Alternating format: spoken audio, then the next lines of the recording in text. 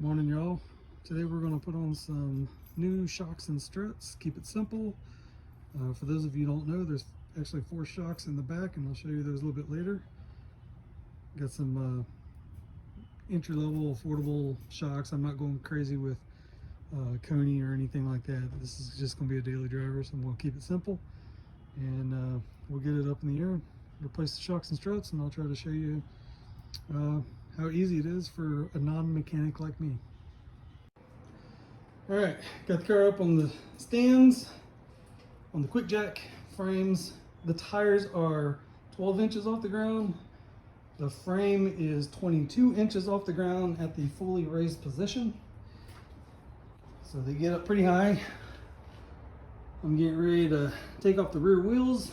I got some jack stands under it. I gotta put some blocks under those stands, I think, in order to make them reach. And yeah, we'll see. Let's see how this goes. All right, y'all. Finally got the bolts all soaked in WD-40. I had to break a couple of them loose with a breaker bar, and then now I'm gonna start taking some parts off, swap them out for new, and see how it improves the ride quality. And for those of you who are doing this in your garage, if you're going all the way into the springs and your Mustang or Capri still has the quad shock or an axle damper, it's also called an axle dampener. There's only 2 bolts right here behind the brake hub, right up here on the frame rail. 2 bolts, and this lifts right out. It's super simple. Like I said before, the top of the main shock has a bolt on top on the inside of the car. If you have a hatch, if you have a trunk, if you have a notchback coupe or a convertible, the bolt is in a access hatch in the trunk, and you have to actually remove a lot of the trim and carpet in the trunk if it's still there in order to access the panel where that is hiding. Of course, in the hatchback, you just have to pop off. These are screwed on if the screws are still good. A lot of these are stripped out because it's old plastic, and so the screws will strip out. Mine still had the screws that worked, and see, the screw hole is not broken. The threads aren't stripped out, and so once you unscrew it, you can just pop it out. And then there's this access panel underneath the sound deadening. And because these have never been replaced, this flap was actually still locked into position, and I had to break the tabs loose in order to pull it up to get the nut, which is right there. My finger's on it. So that's the top of the shock bolt, and then the bottom bolt right there at the back of the axle. I have sway bars on mine, so those 2 bolts have to come out so I can drop the sway bar out of the control arm in order to release the spring. You do not need a spring compressor. Once you release, let's see if I can get a shot of it here, where that socket wrench is. Once you release that bolt, that is the rear bolt of the lower control arm. And once you take that bolt out, the whole control arm will swing out of the way. But you see I have a jack under it, so you have to take the weight of the axle off of the bolt so you can get it out of the hole first of all. And so that sway control arm doesn't just swing down uncontrolled. So you preload the control arm with the jack, raise it up just a little bit to get the pressure off the bolt. Once the bolt comes out, you slowly lower your jack, and that control arm will swing down out of the way, and that takes enough pressure off the spring to where you don't need a spring compressor. And you slip the new one in, and you're good to go. Just put everything back in the reverse order. And then one thing I'll show y'all again, I'm doing this on a budget, right? I'm not a professional mechanic. So if you don't have a extra long socket wrench, or breaker bar is what they're called, what I have here is just a metal tube, and I flip it over my socket wrench and apply a little bit of pressure, and leverages everything, right? I think it was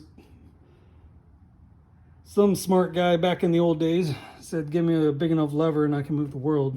And so use leverage on some of these bolts when they're not well, hopefully not rusted. But that's the reason I soaked mine in WD-40, in case there were some rust and grease and dirt grime just caked on there over 40 years, right? So try to clean them so I don't strip them. And now I'll get on with removing some of these parts. Quick note on the upper shock bolt in the hatch. Once you get the stem of the shock comes up through here, there's threads on it. Okay, this is a metal piece with a rubber bushing on the underside of the metal. So it sits like this, metal side up, so that your retaining nut can tighten down on the threads against the metal. Just so you know what you're looking for inside of that panel in order to remove the shock. And if you don't have a set of these, I recommend you get them. So these are adjustable head combo wrenches. You got the open end box and you got the closed. This one is a ratcheting one. So as you turn it, it'll ratchet just like a socket. And if you want to reverse it, you just flip it over the other way. So this fit real nice down there in the shock mounting location and allowed me to use the crescent wrench to hold the top of the socket of the shock shaft so that this could turn the nut. All right, now it's time to get that big bolt out of the bottom of the main shock. I've already released the nut on the top. And there is that upper piece right here is a metal bracket and a bushing, just like on the top part inside the hatch or the trunk, depending on what model car you have. So there's a metal and a rubber bushing. There's two of them on the top of the shock. One's on the underneath side of the car and the other one's inside the car with the retaining nut. So just get those off, pull the shock off. Just two bolts. As you can see here, I've got a 15mm socket on the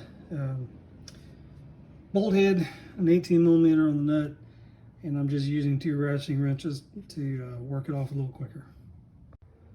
All right, so this quad shock is held on by those two bolts. This is a fake nut. Don't try to loosen that. It's welded onto the bracket. You waste your time on that. Back a bolt out there. There's a nut. That nut goes on the stem here. You got a washer on the inside and the outside. And then this swings up out of the way.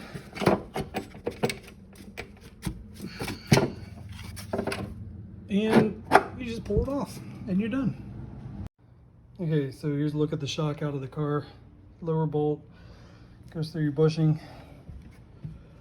This is the upper stem. Like I said, this upper stem has two metal and two rubber bushings on it, and then the retaining nut on top. Now, what a lot of this helpful tips I've seen people put out there is that this shaft has two flats, one on either side, so you might have to hold that with a crescent wrench, or maybe vice grips, but crescent wrench worked better for me on one of the shocks. On this shock, I just hit it with an impact wrench, and it spun the nut so fast that the shock shaft didn't have time to spin. So that's why you might need to hold this, is because as you're trying to take the nut off, this whole shaft on the shock may spin with it, so you may have to hold it in place. All right, so here's the old and new shock comparison. The quad shock, you can see the new one has a boot on it. These are just toast. It's going to be, I imagine the ride quality is going to be a lot better, but just giving you a quick look at the old versus new. They look pretty similar, but all right, real quick look at the new and old parts. That's the main shock. And this retaining strap, if yours comes with one, don't worry about it. You just have to compress the shock, slip it off, and then you're supposed to charge these through a full range of motion. Basically, you just put this end on the ground, push down on it until it compresses fully, let go of it, let it expand fully. That's one cycle. Do that 3 times, and it's charging the gas on the inside of the shock. That's what the instructions say. And then if you look at the hardware, they give you brand new hardware. So again, this is metal on top of rubber, and this is rubber on top of metal. Same setup over here. Difference is, if you look at the rubber bushings, they obviously look a little different, but they do fit. I've already got one on to confirm it.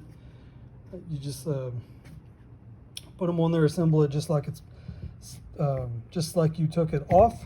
And so like the lower bolt will go on through the axle housing, and then from this piece will go on first to the top of the shock, and then you feed that up through the pocket, and then you drop these two on the top of the spindle from the inside of the car where the access hatch is. Tighten it down with a nut, and it's installed. Two nuts, one on the bottom, one on the top, and it's that easy. And there you go. Bolt in, bolted in, shocks are done.